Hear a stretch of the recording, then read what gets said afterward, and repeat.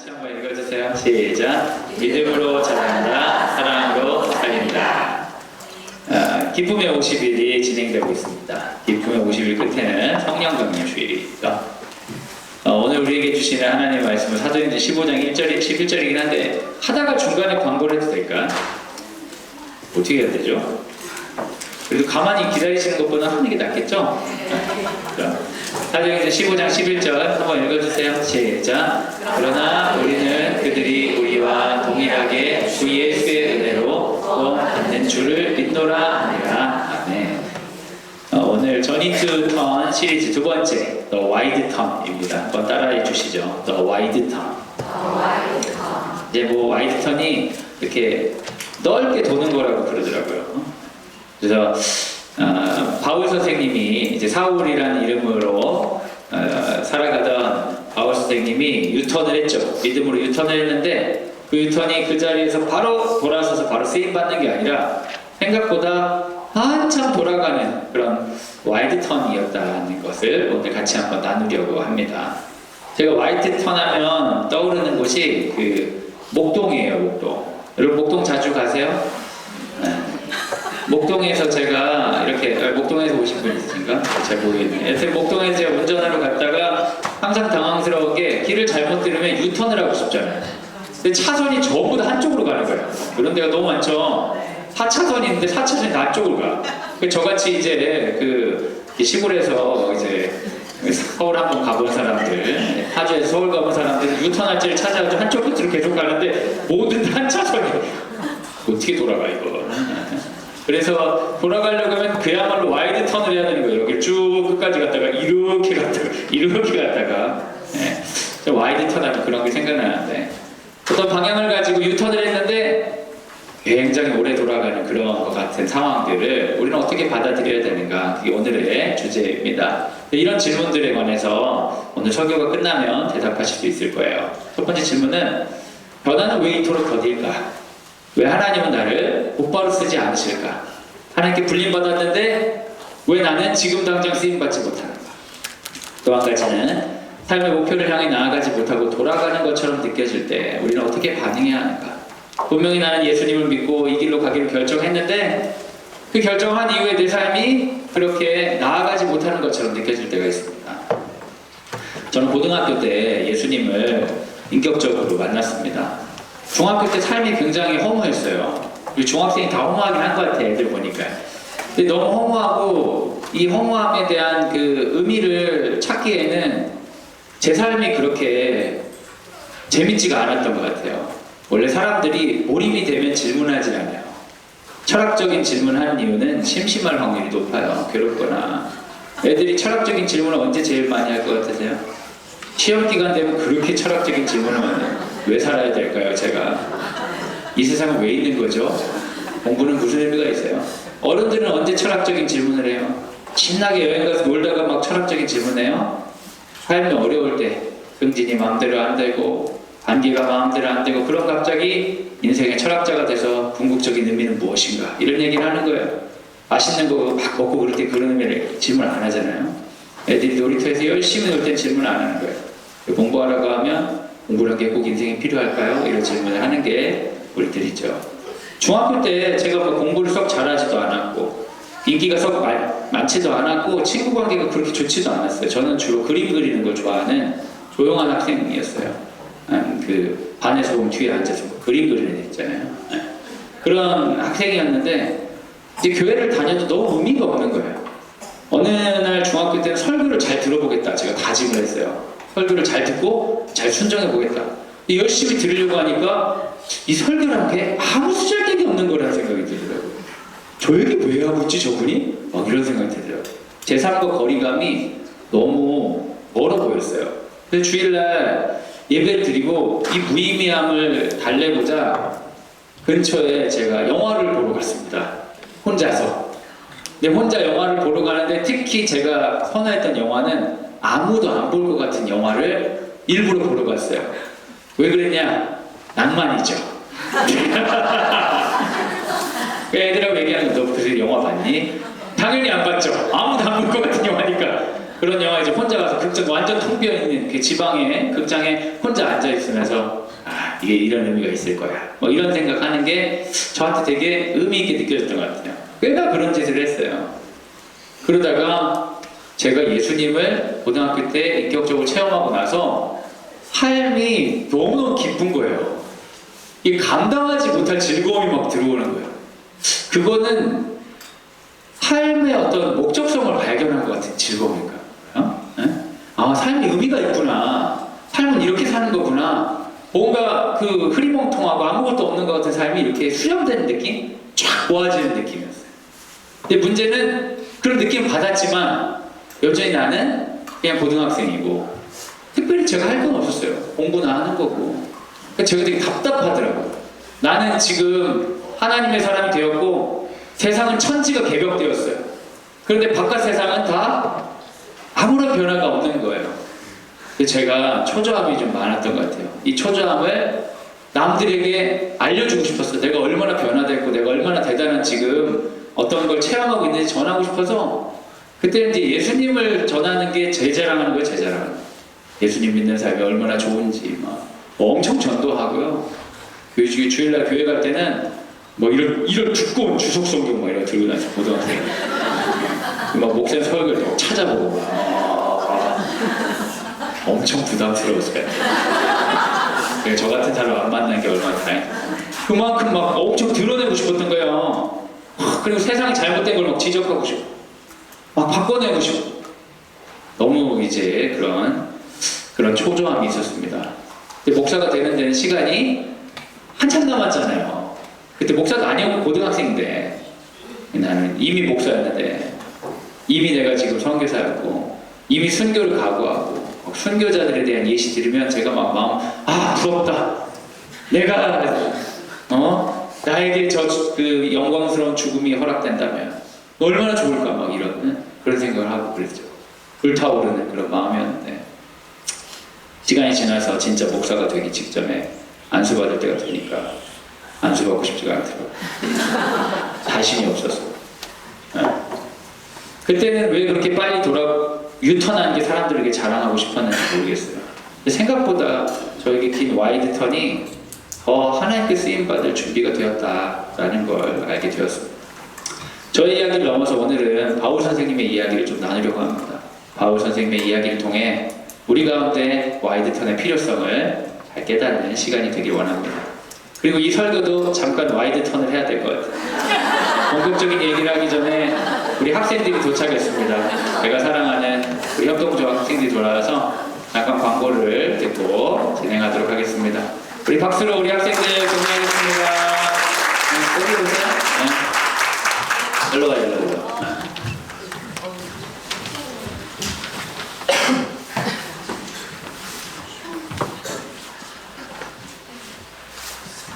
안녕하세요. 저희는 가온우리적 사회적 협동조합에서 나온 10학년 김시호, 임주환입니다.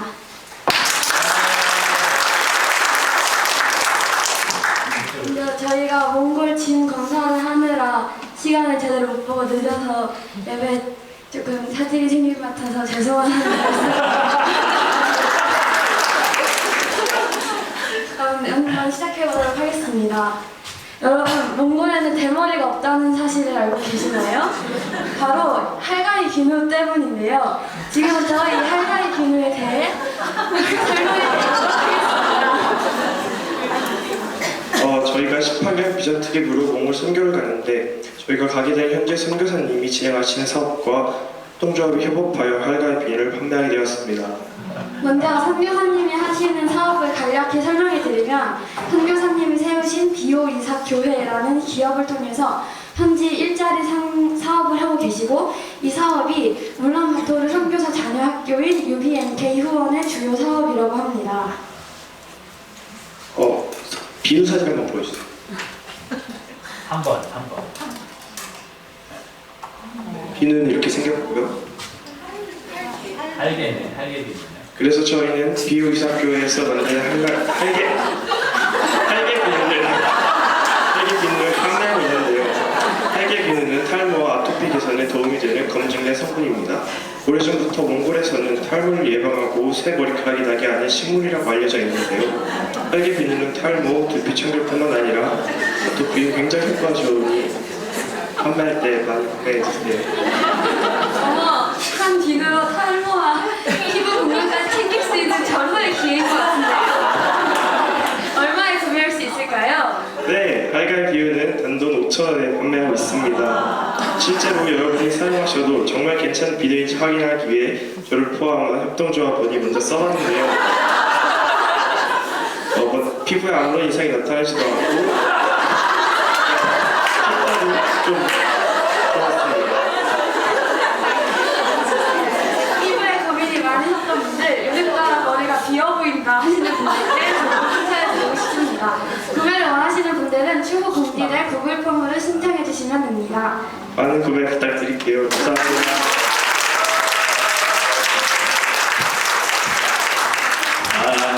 이런 제품 중에 효과 있는 게 없는데 너무 사기꾼 같은데 사기를 잘 못 치는 애들이 사기를 치는 느낌이라고. 참 이게 선교사님 그 선교 찬스로 안 살 수도 없고 참 대단합니다. 이 느낌이 이상하죠. 할가이 비누라고 하는 제품은 할개 비누. 이미 신뢰가 엄청 떨어져요. 여튼 할개 비누가 할가이 비누. 여러분 속는셈 치고 한번 구매해 주셨다가 효과가 확실히 드시면 강하게 민원을 제시하시기 바랍니다. 다시는 협동조합에서 취급하지 않도록. 이 머리가 난다는 식으로 팔면 안 됩니다. 많은 남자들이 상처를 받고 있어요. 저는 사진 않지만 여튼 저건 사야겠습니다. 우리 프레젠테이션으로 다시 돌아가 주시죠. 여튼 우리도 잠깐 와이드 턴을 했고요. 이제 바울 선생님 얘기를 하려고 하는데요. 바울 선생님이 다메섹에서 유턴을 했죠. 이제 예수 믿는 사람이 되기로 결정했어요. 그런데 바울 선생님이 예수 믿는 사람이라는 걸 사람들이 믿어줄까 안 믿어줄까요? 안 믿어주죠. 전날까지 그렇게 살아놓고 갑자기 그러는 건 말이 안 되는 거예요. 바울 선생님 마음이 급했는지 갑자기 바울 선생님이 이상한 곳에 가요. 갈라디아서 1장 17절인데요. 한번 읽어주세요. 시작. 또 나보다 먼저 사도된 자들을 만나려고 예루살렘으로 가지 아니하고 아라비아로 갔다가 다시 다메섹으로 돌아가노라. 이게 사도행전에는 생략된 이야기인데 바울 선생님이 내가 예수를 믿는다는 느낌 받은 순간 아라비아를 가서 선교를 합니다. 갑자기. 이상하죠? 그래서 사람들이 여기에 대해서 여러 가지 추측을 해요. 이게 이제 정설은 아닌데 추측을 통해 이사야에 보면 어떤 표현들이 있냐면 게달의 양 무리는 다 내게로 모일 것이요 느바요의 순양은 내게 공급되고 내 제단에 올라 기꺼이 받음이 되리라. 아라비아에 있는 열방들이 돌아오는 예언들이 있어요. 근데 바울 선생님이 자기가 예수를 믿고 나서 왜 나 같은 죄인을 하나님께서 불러주셨나 깊은 묵상 끝에 예언서에 나와있던 수많은 열방을 돌아오게 하는 그 사람으로 날 부르셨구나, 이런 확신을 가졌을 거라 추측합니다. 그러니까 갑자기 다메섹에서 아라비아에 가서 막 선교사 사역을 하는 거예요. 갈라디아서와 사도행전의 연대를 추정해보면 말씀에 나온 듯이 거기서 3년 동안 선교를 합니다. 밑도 끝도 없이. 근데 여러분 이때 선교의 열매가 가득했을 것 같아요? 잘 안 됐을 것 같아요? 잘 안 됐죠. 왜요? 잘 됐으면 분명히 기록을 했을 테니까. 이 사람이 자기가 너무 초조한 거예요. 사실은 준비가 안 됐죠. 자기가 선교사를 뭐가 준비가 됐겠어요. 이제 갓 예수 믿은 사람이. 근데 이 초조한 마음을 참지 못하고 나는 이사야에서 예언한 그 예언을 이루는 사람으로 하나님께 불림받았어. 그 정체성 가지고 아라비아에 열심히 전도했더니 전도의 열매가 없었더라. 오히려 여러 가지 분쟁만 있었더라 라는 거예요. 고린도전서 11장 32절과 33절에는 바울 선생님이 자기가 얼마나 고통을 당했는지 자기 고통의 목록을 이야기하면서 이 선교의 결과가 어떠했는지를 알 수 있을 만한 이런 흔적이 담겨 있습니다. 한번 읽어주세요. 시작. 다메섹에서 아레다 왕의 고관이 나를 잡으려고 다메섹 성을 지켰으나 나는 광주리를 타고 들창문으로 성경을 내려가 그 손에서 벗어나더라. 사도행전을 읽어보면 바울 선생님이 다메섹에 있는 사람들에게 예수 전하다가 쫓겨난 것처럼 보이지만 고린도후서에 바울의 직접 증언을 들으면 그때 자기를 죽이려고 한 사람은 아레다 왕이었다. 그 사람들은 아레다 왕을 아라비아에서 온 사람이라고 생각하는 거예요. 학자들은. 그러니까 이걸 가지고 우리가 재구성해 보면 바울 선생님이 예수를 믿었어요. 그리고 막 너무 열정이 뜨거워. 그리고 자기가 이렇게 쓰임받고자 하는 그 목적을 막 알아내고 싶어서 예언서에 있는 그 예언을 전하는 선교사를 불림받았다 생각하고 아라비아에 가서 3년 동안 선교를 하는 거예요. 그 선교의 결과는 분쟁과 어려움밖에 없었던 거죠. 그래서 바울 선생님이 도망가지 다시 다메섹에 돌아왔는데 아라비아에서 문제를 일으켰으니까 그 왕들이 사람들을 보내서 다 바울을 죽이려고 한 거죠. 거기서 탈출을 한 겁니다. 이게 이제 다른 말로 하면 약간 뻘짓 약간 이런 느낌이죠. 제가 예수 믿으면서 그런 뻘짓 같은 거 참 많이 했어요. 하나님이 기뻐하실 거라고 막 하면서 막 어느 지역에 가서 막 청소를 하면서 막 복음을 전하기도 하고 예언자를 따라한다고 제가 글을 썼어요. 이 천호동에 가가지고 막 그런 거 하고 뻘짓 아무도 돌아오지 않아. 그냥 이상한 놈. 그 기독교는 정말 이상하구나. 이걸 확실히 보여주는 이상한 놈 중에 하나야. 뻘짓. 이게 바울 선생님도 그런 거 아랍에 3년 동안 뻘짓을 하고 그리고 나서 깨달은 것 같아. 내가 예루살렘에 돌아가서 제대로 된 사람들과 만나봐야겠구나. 그리고 나서 이제 돌아가려고 해요.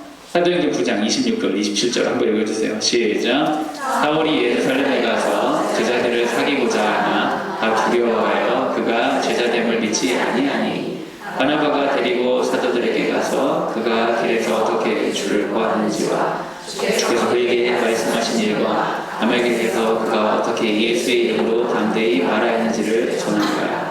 이제 바울 선생님이 이제 내가 내 나름대로 전도를 하면 안 되고 기독교 전통과 만나야겠다 싶어가지고 예루살렘에 있는 기독교인들에게 찾아갔어요. 근데 아무도 안 만나죠. 이상한 놈이니까. 막 핍박하고 괴롭히다가 아라비아에서 막 선교하고 문제 일으키고 막 이런 애가 왔으니까 아무도 안 만나주다가 바나바라는 사람이 바울 선생님을 사람들에게 소개하고 그 사람 그런 사람 아니다. 괜찮은 사람이다. 정말 제대로 회심한 사람이다. 해가지고 예루살렘 교회에 들어갔어요. 예루살렘 교회에 들어갔지만 사실 바울 선생님의 정체성은 이방을 향해 불림받은 선교사 혹은 사역자란 말이에요. 그렇지만 예루살렘 교회에서는 이 사람은 사역자가 아니라 뭐예요? 초신자. 그러면 초신자는 이제 제자 훈련하고 배우고 해야 되는데 바울 선생님이 원래 그럴 수가 없어. 성격상 예루살렘 교회에서 날 받아줬으니까 이제 예루살렘에서 내가 하나님께 쓰임받아야 된다. 그러면서 막 전도를 시작하는 거예요. 사도행전 9장 29절 제가 읽어드릴게요. 또 주 예수 이름으로 담대히 말하고 헬라파 유대인들과 함께 말하며 변론하니 그 사람들이 죽이려고 힘쓰거든. 이 사람이 참지 못하고 예루살렘 교회에 막 예수를 전하는데 특별히 어떤 사람들이 전하느냐? 자기와 같이 외국인 출신 유대인들한테 전하는 거예요. 외국인 출신 유대인들이 여러분 더 전통적인 거 아세요? 우리나라보다 미국에 이민 가신 분들이 훨씬 신앙이 보수적이에요. 바깥에 있으면 시대가 변하는 걸 느끼는 게 아니라 그 시대를 지켜내야 된다는 생각이 있거든요. 헬라파 유대인들 자기예요. 자기처럼 외지에서 헬라어도 쓰고 공부도 했지만 신앙에 관해 보수적인 사람들 찾아가서 예수를 믿어야 된다고 막 전하는 거예요. 이게 굉장히 큰 문제가 돼서 많은 사람이 그를 죽이려고 하는 거예요. 바울 선생님은 어딜 가기만 하면 어떤 사람이에요? 문제를 일으킨 트러블 메이커가 되는 거죠. 죽이려고 하니까 예루살렘 교회가 너무 부담이 되는 거예요. 사실 예루살렘 교회는 그 지역 사람들과 화합하면서 지내고 있었어요. 문제가 없고 유대교와 기독교가 잘 지내는 거예요. 복음을 선명하게 해서 굳이 다툴 필요가 없는 상황인데 바울 선생님은 그러지를 않았던 거죠. 30절에 보면 형제들이, 여기서 말하는 형제들은 바울의 가족들이 아니라 예루살렘 교회의 성도들이 알고 가이사랴로 데리고 내려가서 다소로 보내니라. 다소는 어디냐? 바울 선생님의 고향이에요. 너 여기서 이러지 말고 고향에 가서 좀 참아라. 그 고향에 보내. 바울 선생님 입장에서는 내가 다메섹에서 유턴했는데 바로 쓰임받지 못하는 거예요. 3년 동안 아라비아에서 뻘짓하고 욕 잔뜩 먹고 예루살렘 교회에서 이제 드디어 사역 시작하려고 했는데 예루살렘 교회에서 시작하자마자 막혀서 고향으로 보내지는 거예요. 그리고 갈라디아서를 통해서 다소에 있었던 기간을 추정하면 학자들은 무려 10년 있었다고 합니다. 여러분, 우리가 알고 있는 어떤 간단한 이야기로서의 바울 선생님은 담에색에서 변화되자마자 바로 세계 최고의 선교사가 된 것처럼 나오지만 실제로 바울 선생님이 선교를 하기 전까지 13년의 준비 기간이 있었어요. 우리가 사도행전을 보면 갑자기 변화돼서 그 사람 통해 하나님께서 바로 일하시는 것 같지만 바울 선생님이 변화되고 나서 유턴하고 나서 쓰임받기 위해서 와이드 턴한 거예요. 13년 동안 준비한 겁니다. 가끔 어떤 교회들은 굉장히 그 극단적인 변화를 한 사람들을 간증에 세우기도 해요. 스님이었다가 목사가 되었다든지 범죄자였다가 목사가 되었다든지. 근데 그건 굉장히 위험한 일이죠. 그런 유턴을 여러분 바로 신뢰하면 안 됩니다. 그건 교회가 너무 수준이 낮은 거예요. 자기들이 가지고 있는 복음이 그렇게 일순간에 배울 수 있고 일순간에 바뀔 수 있는 거라고 너무 쉽게 생각하는 거예요. 그렇게 생각하는 순간 오랫동안 신앙생활할 필요가 있어요, 없어요? 없죠. 어느 날 갑자기 변화되는 게 더 낫죠. 그 사람들은 앞에 나가서 간증도 하는데. 바울 선생님도 마치 그렇게 변화된 것처럼 여러분 보일 수 있지만 사실은 이분은 변화되고 13년의 시간 동안 특별히 두각을 드러내지 못했어요. 다소에서 뭐 했을까요? 고향 가서. 우리가 바울 선생님의 극단적인 어떤 성향을 통해 예상해 보자면 거기서 분명히 예수를 전했을 거예요. 그리고 아라비아에서의 실패와 예루살렘의 실패를 다소에서 계속 반복하면서 그때 깨달았을 거예요. 복음이 이것이구나. 이렇게 전해야 되는구나. 성경에는 전혀 나오지 않은 이 시간이 바울이 선교사로서 복음을 정리하고 어떻게 나아가야 될지를 연습하는 시간이었으리라 예상할 수 있습니다. 그래서 그는 믿음으로 구원받는 것을 이때 정립했을 확률이 높죠. 그렇게 시간이 지났습니다. 시간이 지나서 바울이 다시 본 교회로 들어가게 되는 일이 일어나요. 근데 이 일은 사실은 바울 때문에 일어난 일이에요. 여러분 기억이 나실지 모르겠지만 바울 선생님은 스데반이라는 사람이 죽을 때 적극적으로 가담한 사람이에요. 그리고 스데반이 죽고 나서 예루살렘 교회에 대대적인 탄압이 있었어요. 이방인 기독교인들에 대해서. 바울 선생님도 거기 열심히 한 거죠. 바울 선생님 그 대대적인 탄압의 하나의 방법으로 다메섹까지 간 거죠. 근데 이 탄압 때문에 예루살렘 안에만 있었던 기독교가 전 세계로 퍼지게 됩니다. 특별히 이방인 기독교인들이 모이는 공간이 있었는데 그것은 안디오코스 왕의 이름을 딴 안디옥이라는 도시였어요. 그 안디옥에 이방인 기독교인들이 모여서 교회가 성장하고 있었어요. 벌써 10년이 시간이 지났으니까 그 교회가 굉장히 커졌는데요. 리더가 없는 거예요. 그래서 예루살렘 교회에서는 리더를 찾기 시작했어요. 그 리더로서 가장 적당하다고 한 선발된 사람이 바로 바나바였어요.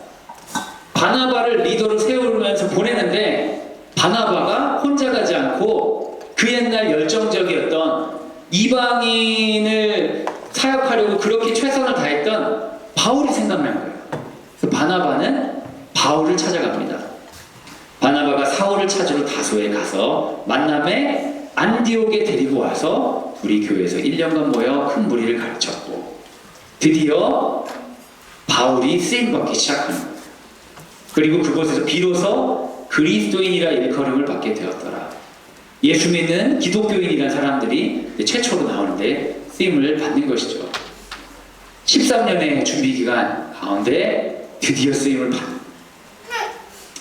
그리고 이 이야기는 여기서 끝나는 게 아니라 이제 바울 선생님이 정식으로 선교사로 파송되는 이야기로 전환됩니다.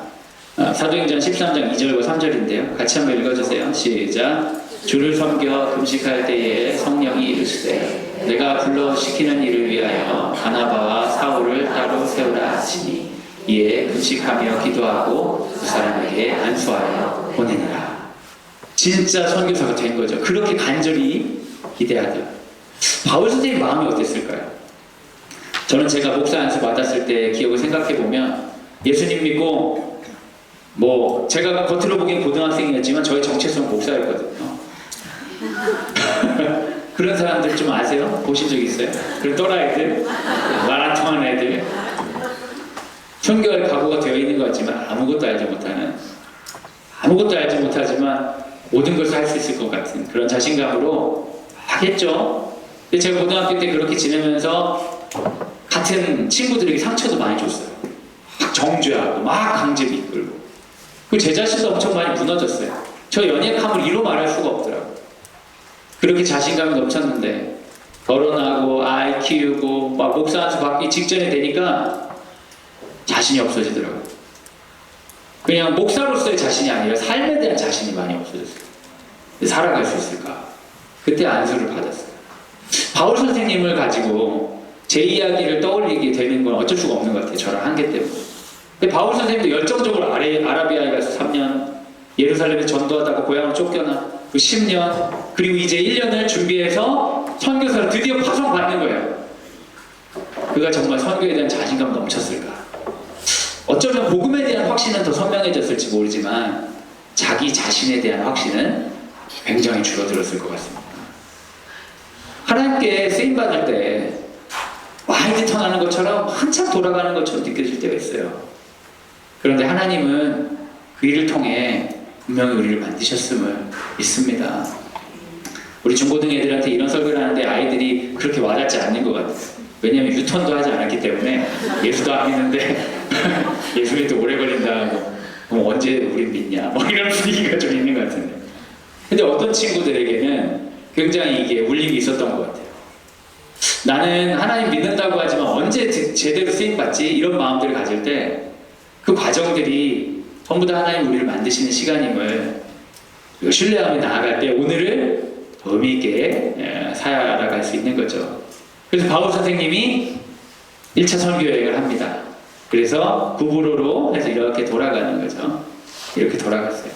근데 저는 그냥 1차 선교 지도를 보여주려고 했는데 중고등 애 중에 설교 본 아이가 저한테 와가지고 그러더라고요. 목사님 진짜 감탄했다는 거예요. 왜? 그 지도 그거 통해 와이드 턴 보여주신 거죠? 전혀. 그렇구나. 이게 급격한 유턴이 아니라 와이드 턴처럼 보였다는 거예요. 그래서 이야 진짜 보이는 사람에게 별게 다 보이는구나. 나는 GPT한테 물어봐서 제일 괜찮다는 제목을 그냥 쓴 건데 이 사람이 선교를 했는데 이 선교 이야기는 막 기록이 되어 있어요. 왜요? 열매가 있는 거예요. 그 전에 그 수많은 시간 가운데 열매였던 시간과 다르게 이때 열매가 쏟아지기 시작해요.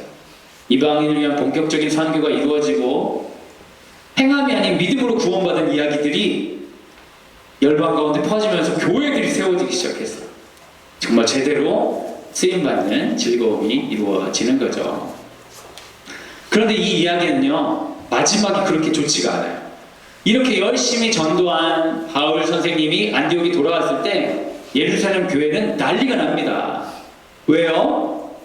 바울과 바나바가 선교를 하면서 율법과 할례 없는 복음을 전해서 잘못된 복음이 전해지고 있다고 예루살렘 교회에 투서가 들어온 거예요. 율법과 할례가 나쁜 거냐? 왜 율법과 할례가 없는 복음을 전하냐? 이런 얘기를 한 것이죠. 그래서 예루살렘 교회에서 이걸 정리할 필요가 있겠다 싶어서 사도행전 15장에 인류 최초의 교회 공의회가 열립니다.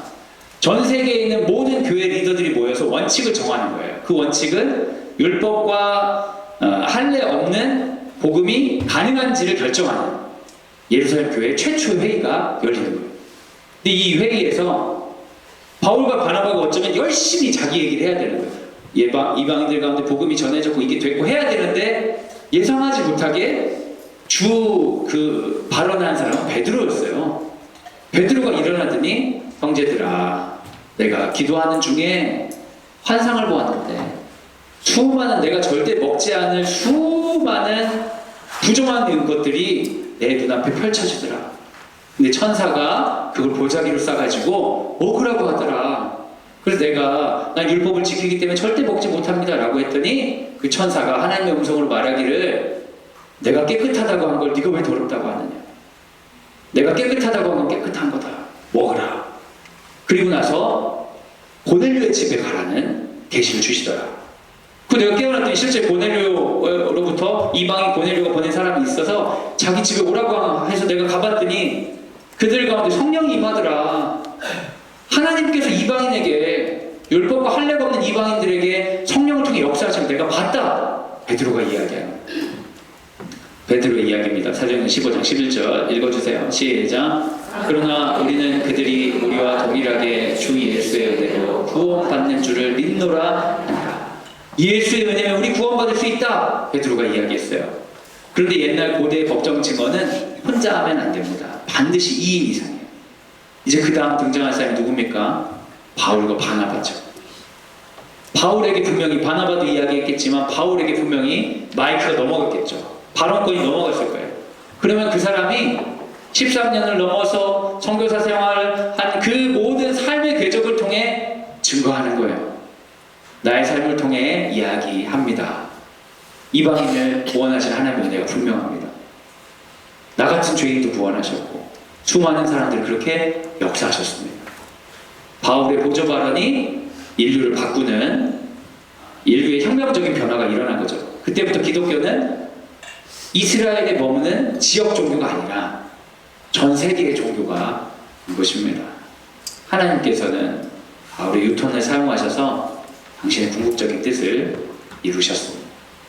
감동적인 일이죠. 제가 이런 종교적인 얘기 말고 세상에서 어떤 예를 찾아볼 수 있을까 그러다가 제가 여러분에게 브라이언 스티븐슨이라는 변호사를 소개하려고요. 이렇게 잘생기지 않았어요. 이거 영화 배우예요. 이거는 저스틴 멀시라는 그분의 이야기 가지고 나온 영화. 이분 훨씬 더 무섭게 생겼어요. 이분은 브라이언 스티븐슨은. 이 사람이 이제 흑인인데 공부를 좀 했어요. 그래서 대학에 철학과를 나왔습니다. 철학과를 나오고 졸업할 때가 되니까 깨달음이 왔어요. 아무 직업도 얻을 수 없다는 걸 알게 됐어요. 철학과를 나와서. 근데 이 사람 공부를 잘했으니까 로스쿨에 들어갑니다. 하버드대 로스쿨에. 흑인 치고는 공부를 잘한 거예요. 로스쿨에 들어갔는데 이 사람이 쓸데없이 들어온 것 같은 느낌이 들어온 거예요. 법을 배우는데 아무 의미가 없어. 사실은 나는 인종차별이라든지 약자들을 돕는 일을 위해 살고 싶은데 로스쿨에 들어오니까 전부 다 성공하려고, 다 좋은 로펌 들어가려고 하고 전부 그런 거예요. 그래서 자기가 잘못 들어왔나? 이런 생각을 하는 중에 실습생을 모집한다는 공고를 보게 됩니다. 이 실습생은 어떤 사형수들을 위해서 변호하는 단체에 실습을 하는 실습생을 모집한다는 거예요. 그래서 자기가 이 심장이 뛰어졌다는 거죠. 이건가? 해가지고 지원을 했대요.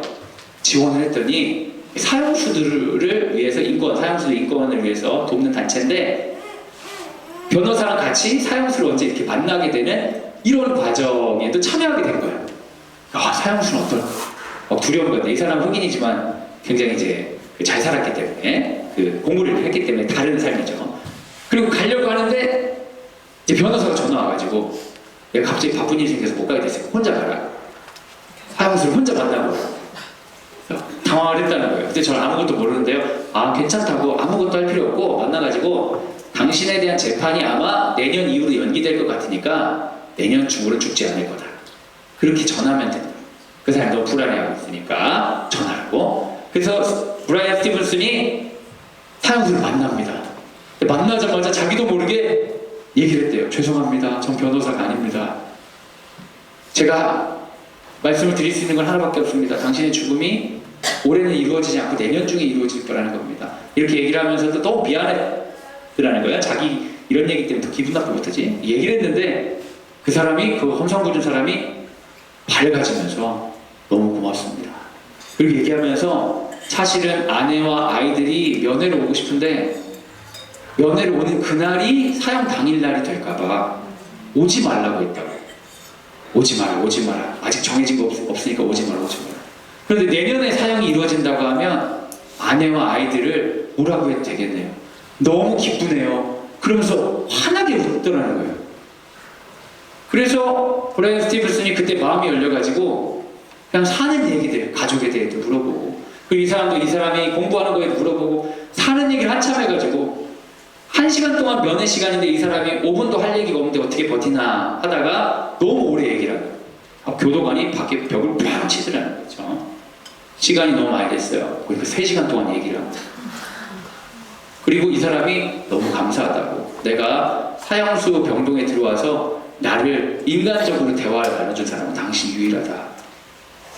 그리고 이 사람이 강제로 끌려가는데 갑자기 이 범죄자가 찬송가를 크게 불러들어요. 찬송가를 부르게. 전부 다 당황스러울 정도로. 끌려가면서 계속 찬송가를 불러요. 브라이언 스티븐슨이 자기 삶의 부름을 알게 된 거죠.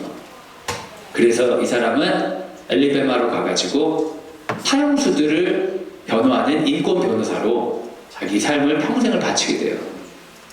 여러분 너무 멋있지 않아요? 대단하지 않아요?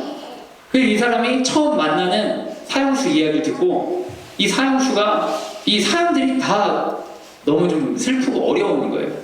이 사람을 사형이 아니라 다르게 할 수 있겠다. 법원에 제출하고 저번에 제출하고 했는데 계속 실패하고 사형당하고 어렵고 너무 고통을 많이 당하는.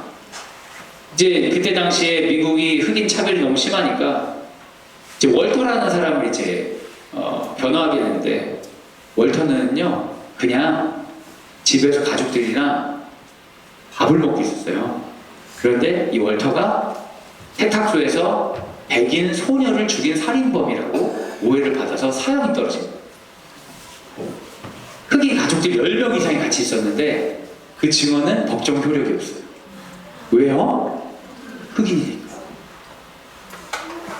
이 사람이 이렇게 사형 선고를 언도받는 데에는 어떤 게 있었냐? 월터가 어떤 백인 여자와 실제 그런 거 아닌데 추문이 좀 있었어요. 근데 백인 여자 추문이 있는 사람이라는 것만으로도 사람들이 월터를 너무 싫어했던 거예요. 그런데 다른 사람들의 거짓 그 증언을 만들어내서 이 사람을 죽이기로 결정.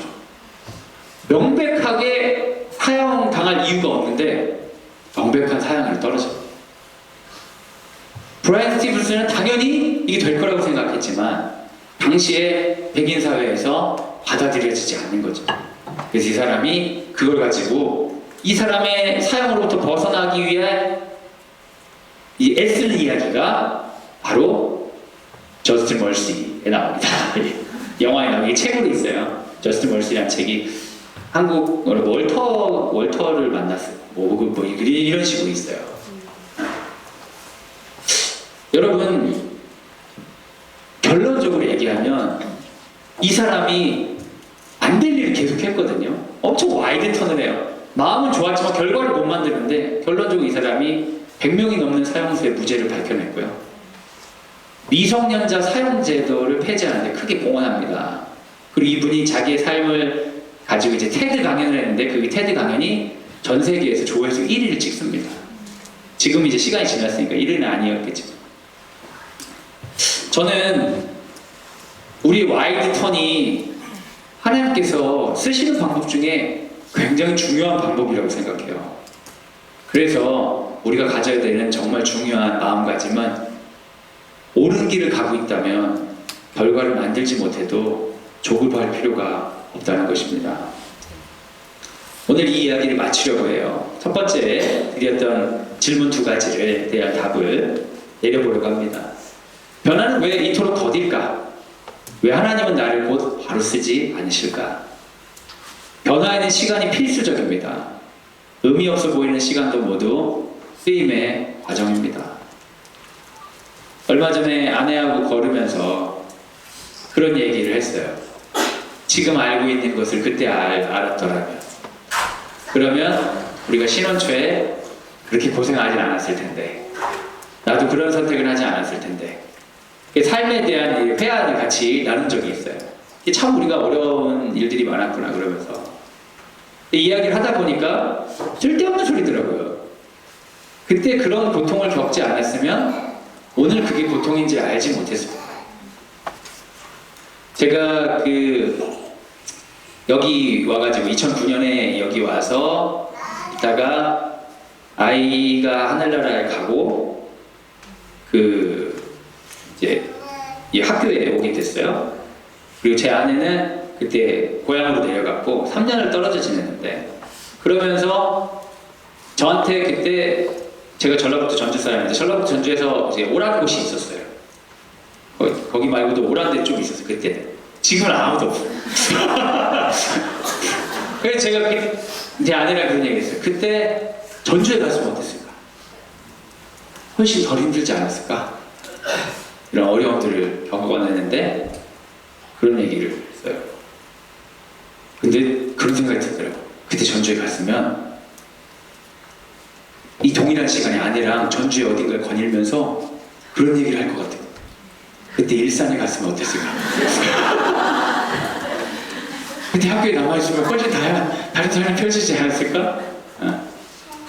우리가 와이드 턴을 하고 있는 것처럼 느껴지고 답답하고 초조하기 때문에 오늘을 변화하고 싶은 마음이 들지만 어쩌면 하나님이 우리에게 허락해 주신 유일한 삶은 아니었을까요? 그 시간조차 합력하여 선을 이루시는 주님의 계획이 아니었을까? 그렇게 믿어냈을 때 우리의 와이드 턴이 옳은 방향으로 나아갈 수 있습니다. 삶이 목표를 향해 나아가지 못하고 돌아가는 것처럼 느껴질 때 우리는 어떻게 반응해야 할까? 돌아가는 것처럼 느껴지는 시간이라도 방향이 옳다면 우리를 구체적으로 사용하신 과정이다. 이런 믿음으로 응답해야 되지 않을까? 뭔가 돌아가는 것 같고 답답할 때 오히려 우리는 방향에 집중해야 됩니다. 내가 옳은 방향 가운데 있다면 돌아가더라도 반드시 결론에 도착하게 될 것입니다. 마라톤을 시작하는 거죠. 마라톤을 시작해요. 너무너무 내가 늦게 걸어가지고 결승선에 아무도 없을 것 같아. 그냥 몇 시간 안에 도착이 아니라 한 이틀 동안 딴짓을 했어요. 그 결승선에 아무도 없을 것 같아. 그런데 여러분, 인생이란 마라톤의 결승선에는 주님이 반드시 기다리신답니다.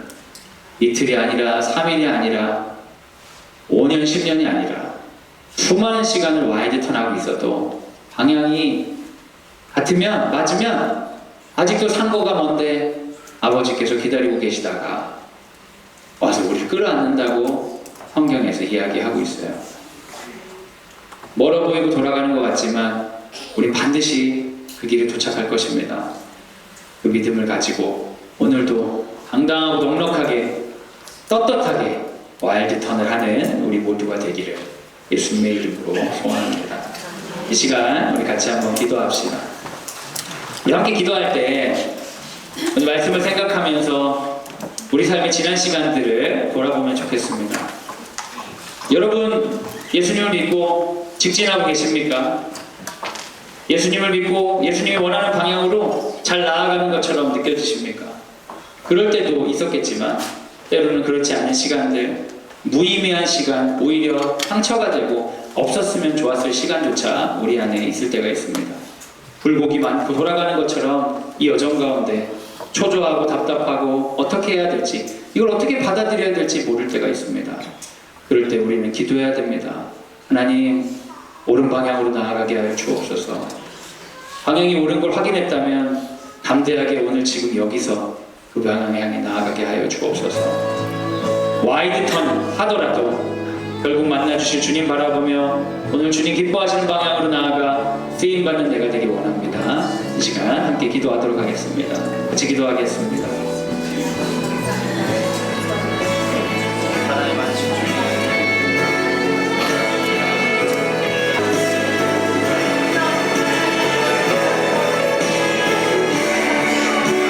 사랑하는 여러분, 우리 학교와 우리 교직원들을 위해서 기도를 부탁드립니다.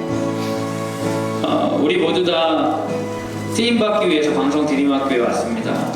그렇지만 여러분, 우리 교사들도 나이가 있고 경험이 있고 그래서 참 부족한 게 많습니다. 넘어지고 쓰러지고 다치면서 배워야 되는 것들이 있습니다. 우리 학교도 그렇습니다. 20년이 되었지만 이제야 좀 알겠다 하는 것들이 있어요. 돌아가는 길 가운데 하나님께서 역사하신 부분이 있습니다. 우리가 기도할 것은 그런 돌아가는 그 길을 단축시켜 주시거나 빨리 잘 가게 해주시거나 그런 게 아니라 방향을 놓치지 않는 그런 학교 되게 해달라고 기도를 부탁드립니다. 교사들 가운데 방향을 찾기 위해 애를 쓰지만 그렇게 하나님께 쓰임받는다는 감사한 간증이 없는 삶을 살게 될 수도 있죠. 그러다가 방향을 바꾸는 것이 아니라 그럼에도 불구하고 그 옳은 방향으로 넉넉하게 와이드 턴할 수 있도록 우리 선생님들을 위해, 직원들을 위해, 학교와 재단을 위해 기도를 부탁드립니다. 반드시 쓰임받는 광성드림학교 하늘의 유치원, 방송학원 될 수 있도록 하나님의 은혜를 더하여 주시옵소서. 함께 기도를 부탁드립니다. 함께 기도하겠습니다. 사랑이 많으신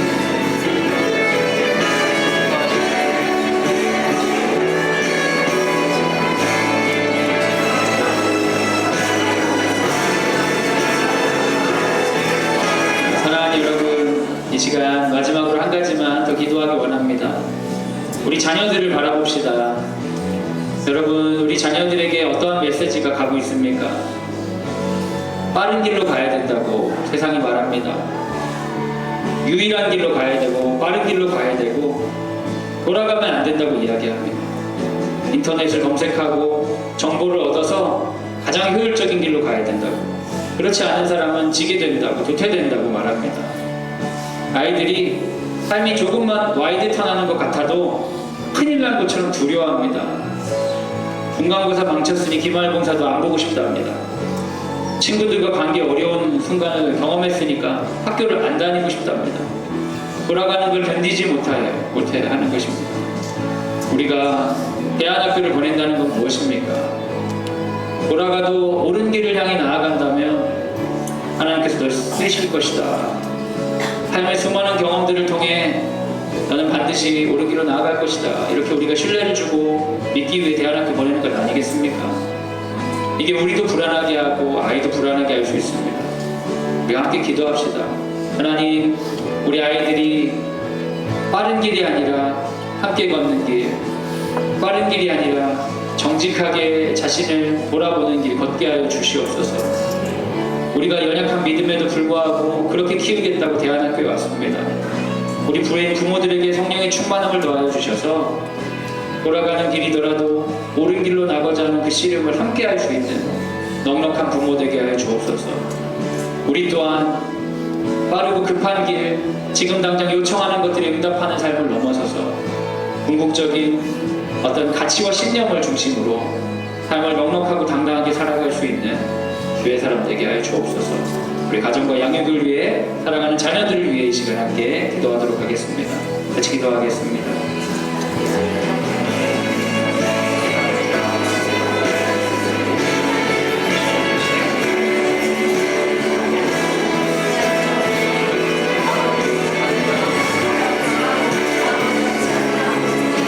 사랑이 많으신 주님, 광성대림학교가 20주년을 맞이하면서 그 오랜 시간을 돌아보게 됩니다.